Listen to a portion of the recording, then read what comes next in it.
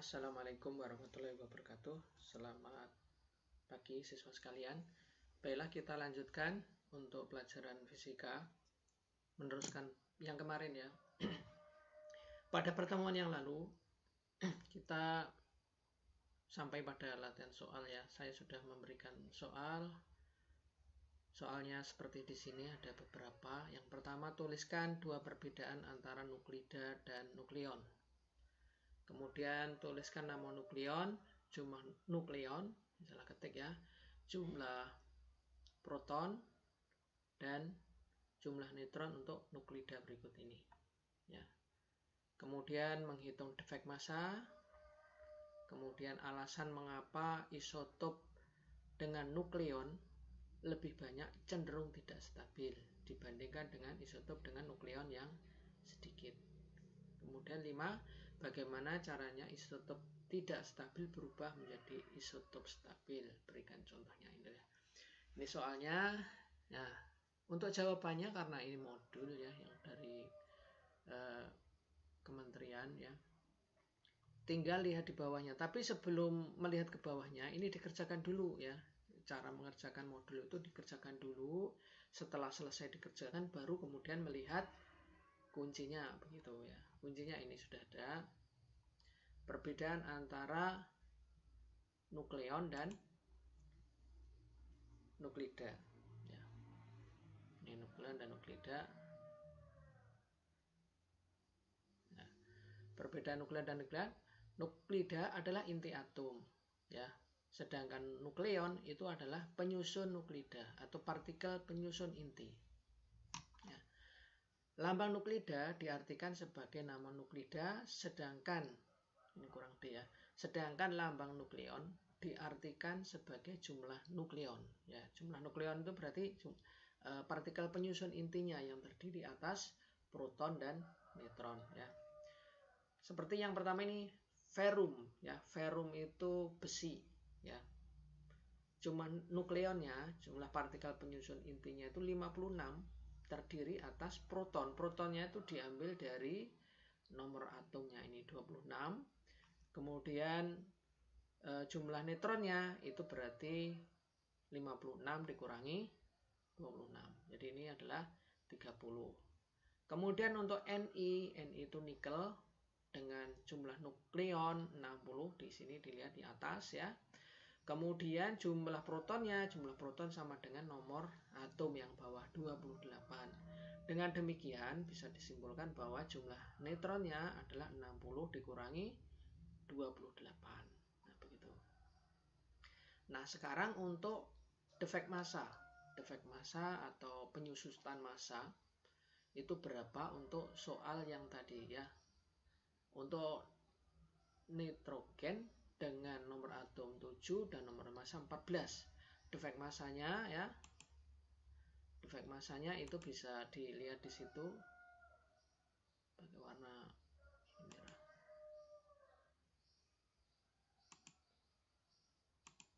Nah, jadi defek massanya itu ini delta M sama dengan ini Z itu yang bawah itu berarti nomor atom dikalikan massa proton, berarti ini sama dengan jumlah proton dikalikan massa proton ditambah amin Z itu adalah jumlah neutron dikalikan massa neutron min massa nuklida. Ya, massa nuklidanya berapa atau massa nukleonnya tuh. Z-nya itu 7. Ya. Kemudian massa protonnya ini tetapan 1,0078 ditambah amin Z-nya 14 min 7 dikalikan 1,0087 min 14,0030. Didapatkan nilainya sekian ya. Nah, didapat nilai sekian. Berikutnya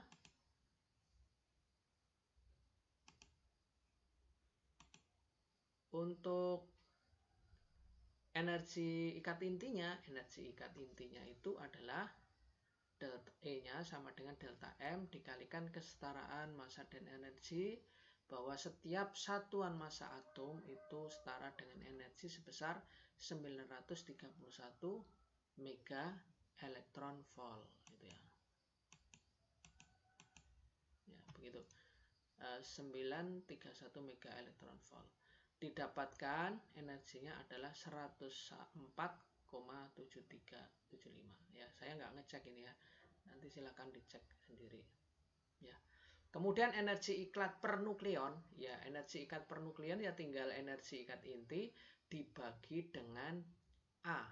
A itu apa ya, nukleon tadi berapa, 14, sehingga didapatkan 104,7375 mega elektron volt dibagi 14. Ini jawabannya ya. Ini caranya begitu ya. Berikutnya untuk yang B, untuk uranium dengan nomor atom 92 dan nomor massa 238. Defek masanya delta M sama dengan Z kali MP ditambah A min Z kali Mn min nuklida. Nah ini 92 dari mana? 92 dari sini. Nomor atom dikalikan dengan MP. Ini adalah konstanta. Ini harusnya agak spasi ya, kemepet nih. Terus A min Z ini A min Z 238 min 92 dikalikan massa neutron. Massa neutronnya ini tetapan dikurangi massa inti. Massa intinya ada di soal ya. Sehingga kita dapatkan ya, dihitung sehingga didapatkan delta M-nya adalah 1,9370 SMA. Ini kalau buku berbahasa Inggris itu bukan SMA ya, AMU. AMU itu atomic mass unit. Kalau ini satuan massa atom, sama ya. Energi ikat intinya berarti E sama dengan defek massa dikalikan 931 mega elektron volt didapatkan 1803,347 mega elektron volt. Nah, energi ikat per nukleon tinggal dibagi dengan ini, dibagi dengan A ya. Jadi soal seperti ini tidak sulit ya, gampang, tapi malah ngitungannya kan tidak bisa dicoret-coret, itu harus ngitung beneran, ini harus teliti gitu. Didapat seperti ini ya. Nah, jadi begitu. Nanti kalau ada kesalahan ya dihitung, saya tidak ngecek ini ya, tapi insya Allah betul.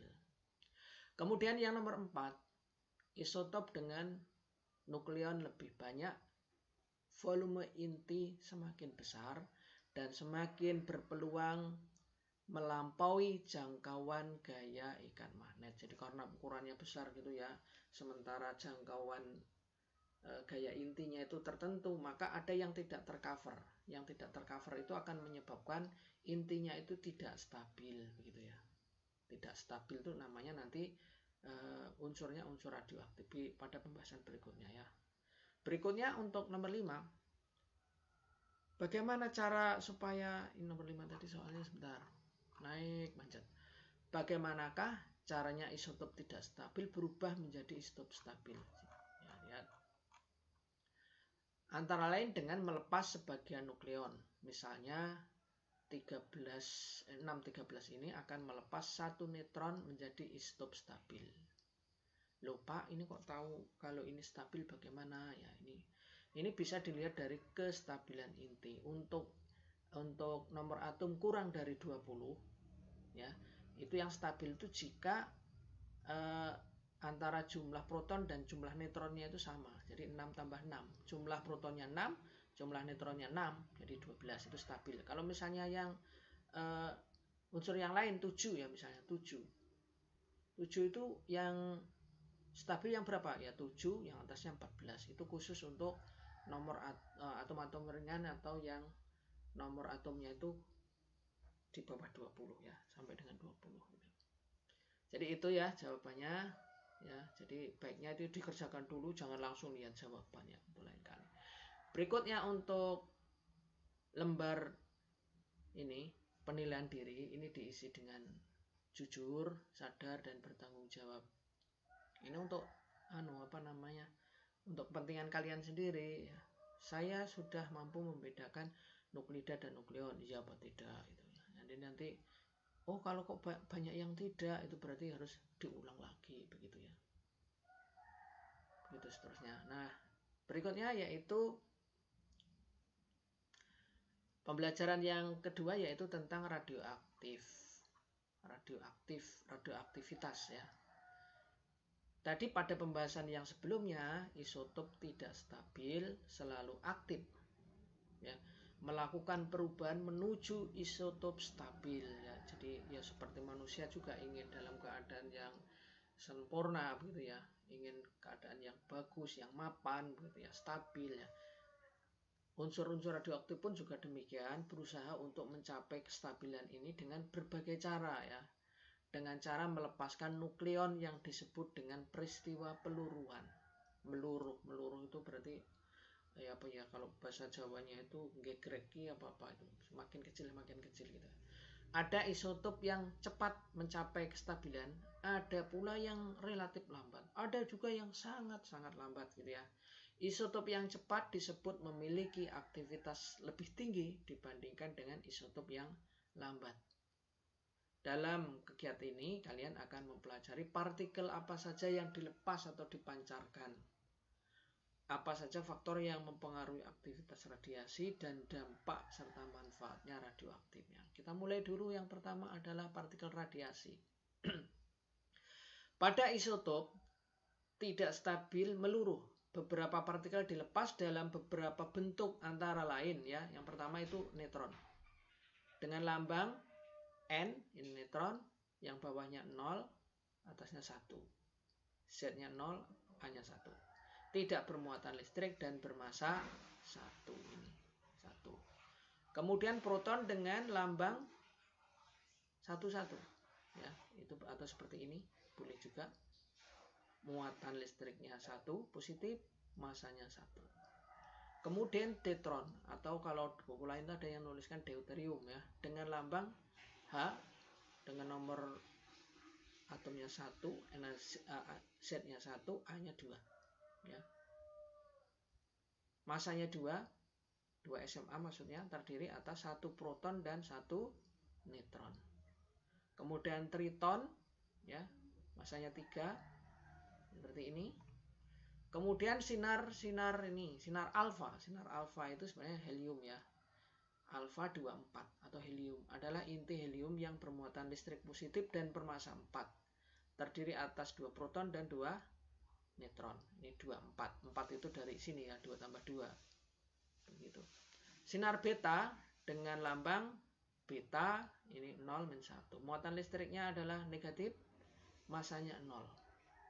Positron ya seperti kebalikannya sinar beta ya, hanya saja ini muatannya positif ya, masanya 0 sama. Kemudian sinar gamma itu adalah gelombang elektromagnetik yang sudah dipelajari pada materi yang lalu ya, tidak bermassa dan tidak bermuatan. Partikel radiasi tersebut memiliki karakter berbeda-beda sesuai dengan bentuk dan ukuran muatan listriknya. Ukuran akan mempengaruhi daya tembus suatu bahan. Ini saya highlight ya, warnanya yang kuning biasanya. Ukuran mempengaruhi daya tembus suatu bahan gitu ya. Semakin kecil ukurannya maka semakin besar daya tembusnya gitu ya. Ini di sini, makin kecil ukurannya semakin besar daya tembusnya. Sehingga dapat dipahami bahwa sinar gamma merupakan partikel radiasi yang paling besar daya tembusnya. Itu karena ini 00 ya, paling kecil, paling ringan. Muatan listrik akan mempengaruhi kelistrikan bahan yang dilewati atau akan mengionisasi media yang dilewati. Dari sini kalau muatannya yang paling besar di sini di antara partikel ini adalah partikel atau sinar alfa. Ini paling besar, berarti ini nanti efeknya apa? Ya. Salah satu dampak ionisasi adalah menghasilkan energi dan menimbulkan efek panas seperti terbakar. Tidak heran radiasi dengan intensitas tinggi menimbulkan luka bakar berbahaya bagi tubuh manusia. Dengan demikian sinar alfa merupakan partikel radiasi paling tinggi daya ionisasinya karena bermuatan listrik positif. Nah ini, sinar alfa memiliki radiasi yang paling ionisasi yang paling tinggi. Kemudian manfaatnya dari isotop itu iodium 131 untuk mendeteksi ketidaknormalan kelenjar tiroid, mengetahui kecepatan aliran sungai, iodium untuk gangguan ginjal dan dengan cara injeksi. Karbon 14 itu biasanya untuk fosil, ya, ini untuk menentukan umur fosil.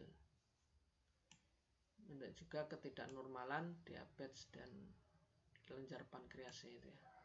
Kemudian krom itu scanning limfa, banyak di kedokteran yang pakai ya. Jadi ilmu fisika yang banyak diaplikasikan di bidang kedokteran. Selenium, scanning pankreas.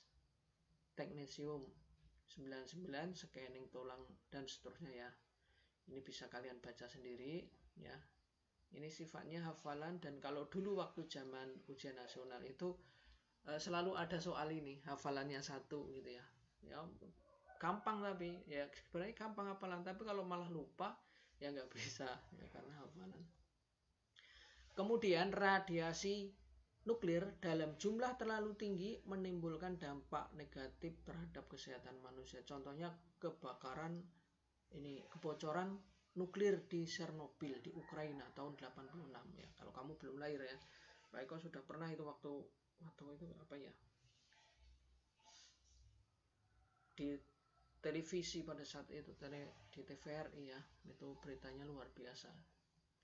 Reaktor nuklir Chernobyl meledak akibat desain reaktor yang buruk dan pengoperasian oleh staf yang tidak terlatih. Jadi ini masalahnya ya karena hubungannya dengan politik, yaitu pemerintah pada saat itu mengangkat kepala yang tidak punya pengalaman di bidang nuklir PLTN. Dia hanya berpengalaman di pusat listrik tenaga diesel ya.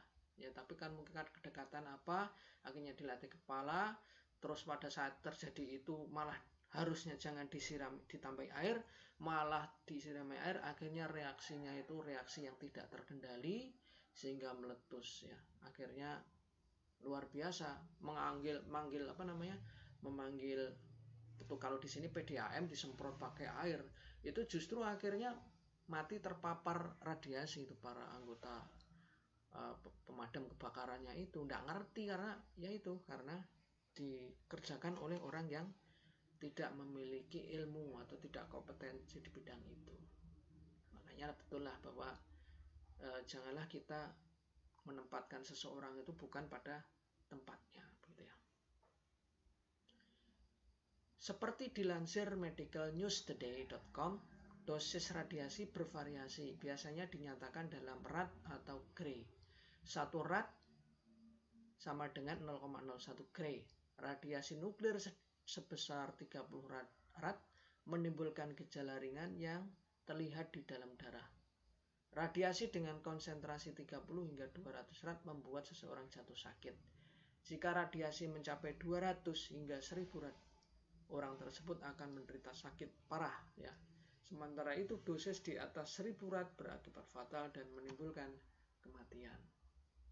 Menurut automership.com, setidaknya ada 7 dampak radiasi nuklir dalam dosis tinggi yang berbahaya bagi kesehatannya. Yang pertama, rambut akan menyebabkan rambut rontok dan dengan cepat. Yaitu kalau misalnya orang sakit sakit kanker, kemudian disinari ya dengan sinar radioaktif ya, dengan kobalt 60 gitu, disinari dengan sinar radioaktif, efeknya itu rambutnya biasanya rontok ya.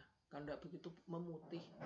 Rambutnya yang semula hitam jadi putih semua atau rontok, alisnya juga putih, kumisnya, jenggotnya semua putih gitu. Itu efeknya. Kemudian bisa juga menimbulkan kerusakan pada sel-sel otak yang terpapar radiasi nuklir yang besar seperti ini. Kemudian kelenjar tiroid rentan terhadap radiasi iodin dalam jumlah yang cukup radioaktif bisa merusak sebagian atau seluruh kelenjar tiroid. Dampak radioaktif iodin bisa dikurangi dengan mengonsumsi potasium iodida. Aliran darah, ya ini bisa kalian baca ya. Mungkin ini hanya teori ya, bisa dibaca. Nah, mungkin untuk ini berikutnya aktivitas radiasi. Jadi ada yang unsur radioaktif itu yang aktif sekali, ada yang tidak. Dalam waktu yang singkat itu meluruh dengan cepat sehingga efeknya itu tidak dirasakan dalam waktu yang lama ya, singkat saja sudah hilang ya, sudah hampir bisa dikatakan hilang begitu ya. Dituliskan persamaannya adalah A sama dengan lambda dikalikan A. A itu adalah aktivitas atau kejadian per detik. Diambil dari nama penemu radioaktif yang pertama itu Henry Becquerel ya, Becquerel. Lambda itu adalah konstanta peluruan dan N adalah jumlah partikel. Ya. Satuan yang lain itu pakai Curie, nama ahli juga, nama ahli fisika. Tapi ini luar biasa kayak Curie itu ya. Curie itu nama lengkapnya itu Marie Curie, seorang wanita. Itu meraih hadiah Nobel Fisika. Suaminya itu Pierre Curie itu juga peraih Nobel Fisika. Kemudian anaknya Curie itu Irina Curie itu juga menerima Nobel Fisika, luar biasa. Suaminya Irina itu Julius apa itu juga peraih Nobel Fisika, luar biasa. Zaman sekarang itu belum ada yang bisa, kelihatannya belum ada yang bisa memecahkan rekornya Curie itu. Dia sendiri, suaminya, anaknya, menantunya jadi ilmuwan hebat semuanya. Baiklah, ini lanjutkan. Loh, sekarang bagaimana kok hubungan ini jadi gini? Ya, nanti ini pakai hubungannya itu logaritma, pakai logaritma. Jadi kalau saya tuliskan itu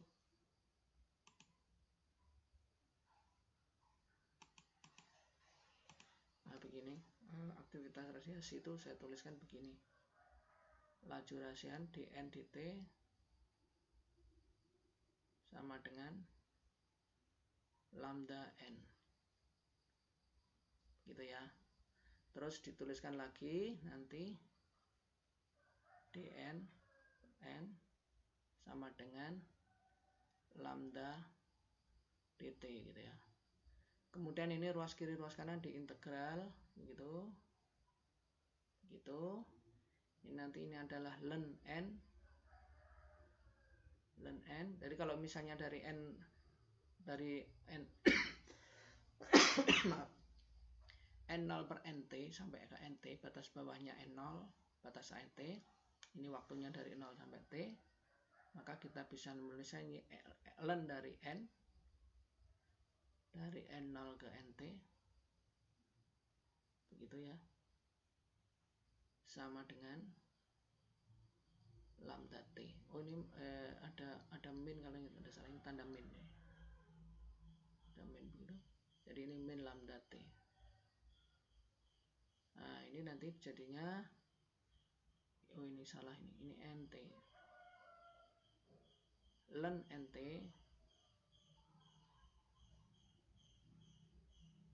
min ln n0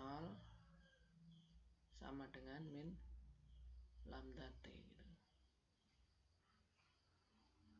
Kalau di sini t-nya itu lama, untuk yang waktu lama, nanti bisa dilanjutkan. Artinya rumusnya seperti ini jadinya. Jadi sifatnya itu, grafiknya itu logaritmik. Logaritmik seperti ini. Ya.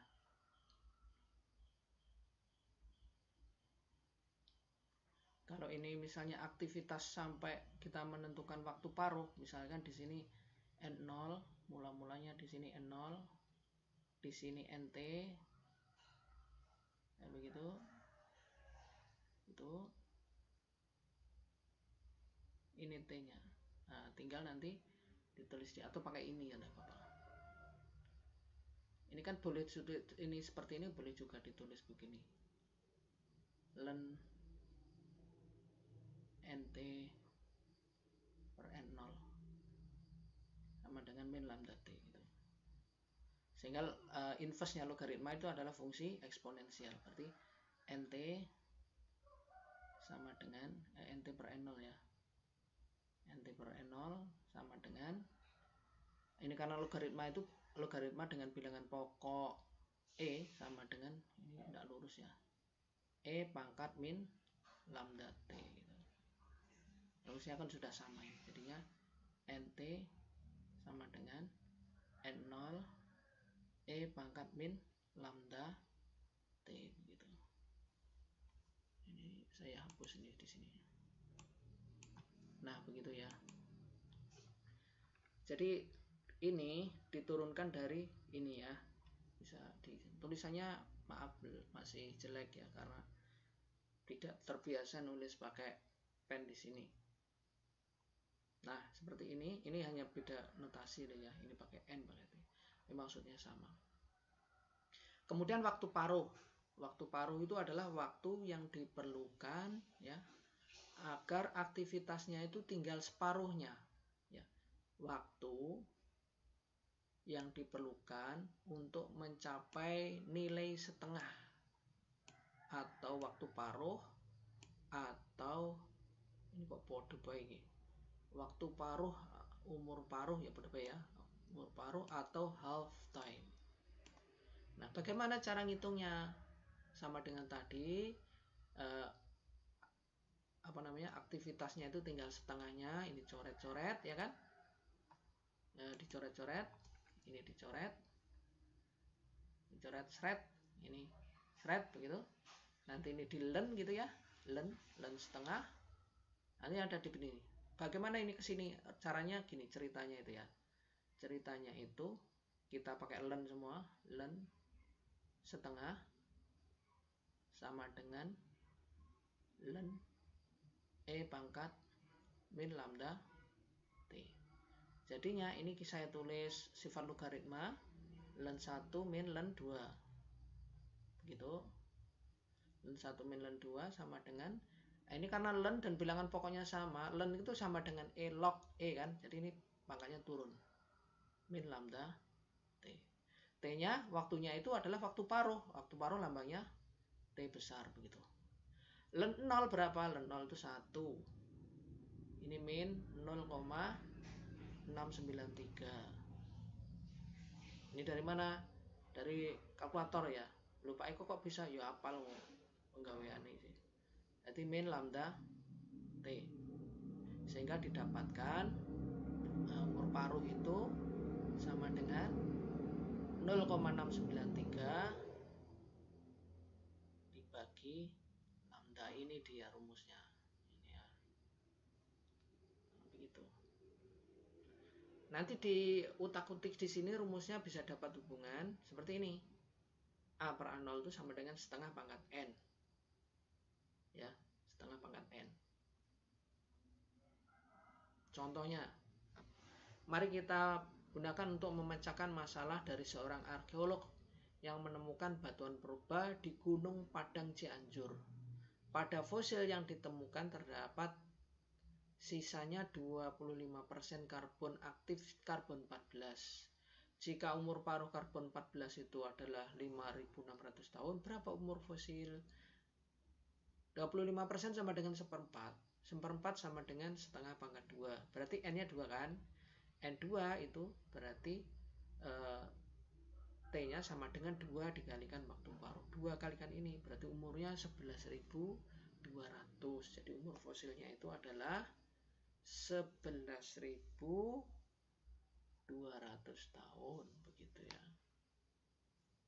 Kemudian daya tembus, nah, daya tembus itu dihafalkan aja ya, dihafalkan mana yang paling tebal yang bisa nembus. Yang paling bisa nembus itu adalah sinar alfa. Sinar gamma. Kemudian untuk koefisien atenuasi atau koefisien pelaman ketika sinar radioaktif itu menembus sebuah dinding, itu rumusnya sifatnya juga logaritmik ya. Ternyata Allah itu mendesain bahwa hampir semua besaran itu logaritmik sifatnya. Kita memandang, kemampuan memandang, menyerap, melihat cahaya itu sifatnya logaritmik. Telinga kita mendengar logaritmik ya kan.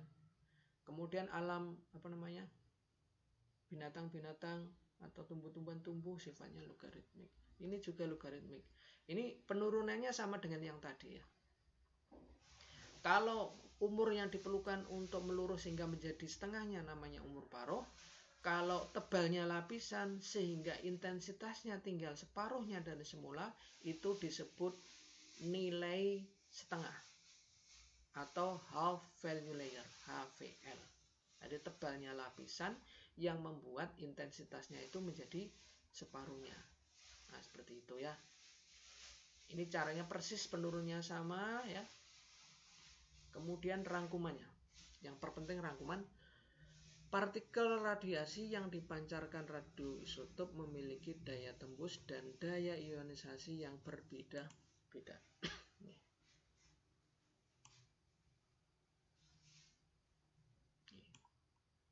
Kemudian daya ionisasi alfa paling besar, gamanya paling kecil. Daya tembusnya kebalikannya. Begitu. Kemudian radioisotop memiliki manfaat yang banyak di bidang kesehatan, pertanian, industri, dan lain-lain. Bahayanya juga ada. Ya, tergantung kita mau gimana cara mengatasinya. Aktivitas radiasi dipengaruhi oleh jumlah partikel dan konstanta peluruan. Makin lama aktivasi radiasi akan semakin berkurang. Nah, ini semuanya penting, ini silakan disimak, hati-hati. Nah, tugas mandiri ini silakan dibaca ya, nanti dicoba di ini. Pemerintah sedang berusaha ya dengan segala sumber daya dan kemampuan berencana membangun pusat reaktor produksi isotop yang banyak digunakan masyarakat dan industri sesuai dengan kelayakan bahan melalui analisis dampak lingkungan AMDAL. Yang diketahui diputuskan tempat proyek di kawasan industri yang jauh dari tempat tinggal penduduk. Rencana ini ditolak oleh masyarakat luar yang disinyalir ada ketidakfahaman dari masyarakat. Mereka menolak karena takut bahaya. Ya, kalau di Indonesia kelihatannya belum ada reaktor nuklir yang untuk menghasilkan energi. Kalau produksi isotop sudah ada. Yang menghasilkan isotop itu ada 3, di Serpong, di Bandung, dan di Jogja. Ya. Sebagai siswa terpelajar dari sekolah yang diminta untuk berpartisipasi membantu pemerintah, buatlah poster iklan dalam bentuk yang pesannya agar masyarakat memahami bahwa rencana itu sangat dibutuhkan karena manfaatnya sangat besar. Seperti minyak bumi itu kan makin lama makin habisnya. Suatu ketika akan habis. Nah, cadangannya apa? Ya, paling nanti larinya ke sini, ke tenaga nuklir. Baiklah, sekarang ini ada tugas. Ini dicoba dikerjakan. Jangan langsung lihat di pembahasan ya. Dikerjakan di sini dulu, jangan lihat kuncinya dulu ya. Kemudian kalau sudah mengerjakan semua, terus dicocokkan dengan kuncinya dapat berapa begitu ya. Nah, jadi mungkin itu sementara yang dapat saya sampaikan, cukuplah ya. Nanti silakan dilanjutkan, dikerjakan latihannya, kemudian dicocokkan dengan kuncinya ya. Demikian ya, terima kasih atas perhatiannya. Kita akhiri sampai di sini, semoga bermanfaat untuk kalian semuanya. Saya akhiri. Sebelumnya saya minta maaf, ini tidak saya buatkan streaming ya, karena ada masalah saya nggak bisa streaming ya karena sesuatu dan lain hal, maka ini hanya saya rekam, nanti akan saya upload begitu ya.